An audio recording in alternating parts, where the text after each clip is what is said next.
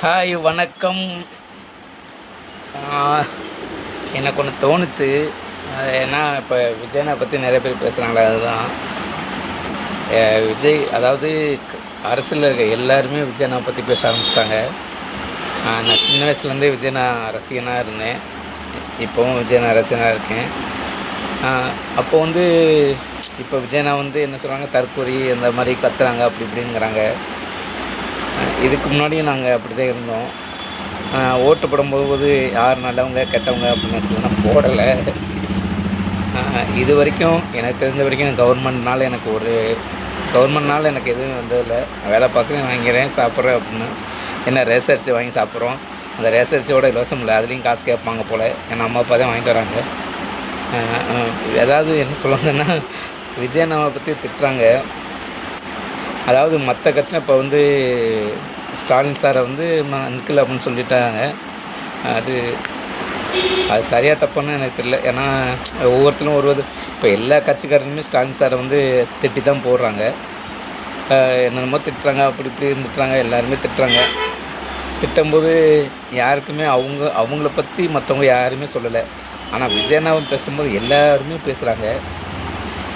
ரெண்டாவது படத்தில் நடிக்கும்போது கூட நடித்தவங்களும் பேசும்போது கொஞ்சம் கஷ்டமாக இருக்குது. ரெண்டாவது அப்போயே சொல்லியிருக்காங்கல்ல, அவங்க கூத்தாடின்னு சொல்லியிருந்தால் ஒதுங்கியிருக்கலாம். இல்லை இன்னொன்று என்னென்னா, ஒரு பொது வலைத்தளத்தில் புதுசாக வரணும்னு சொல்கிறாங்க. வரும்போது ஏற்றுக்க மாட்டேங்கிறாங்க. அப்படி வந்தாலுமே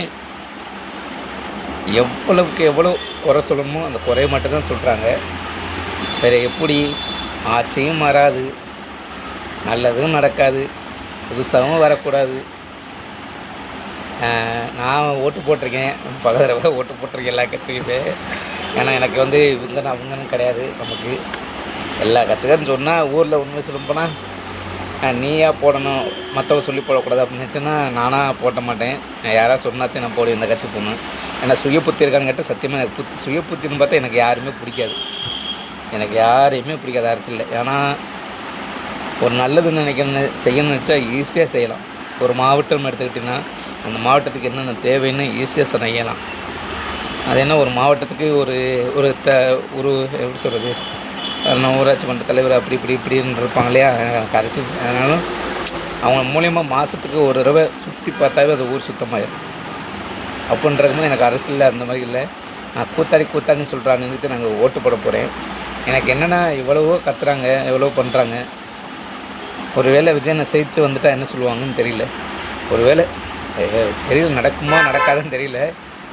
விஜயனை அப்படி ஜெயிச்சு வந்துட்டால் என்ன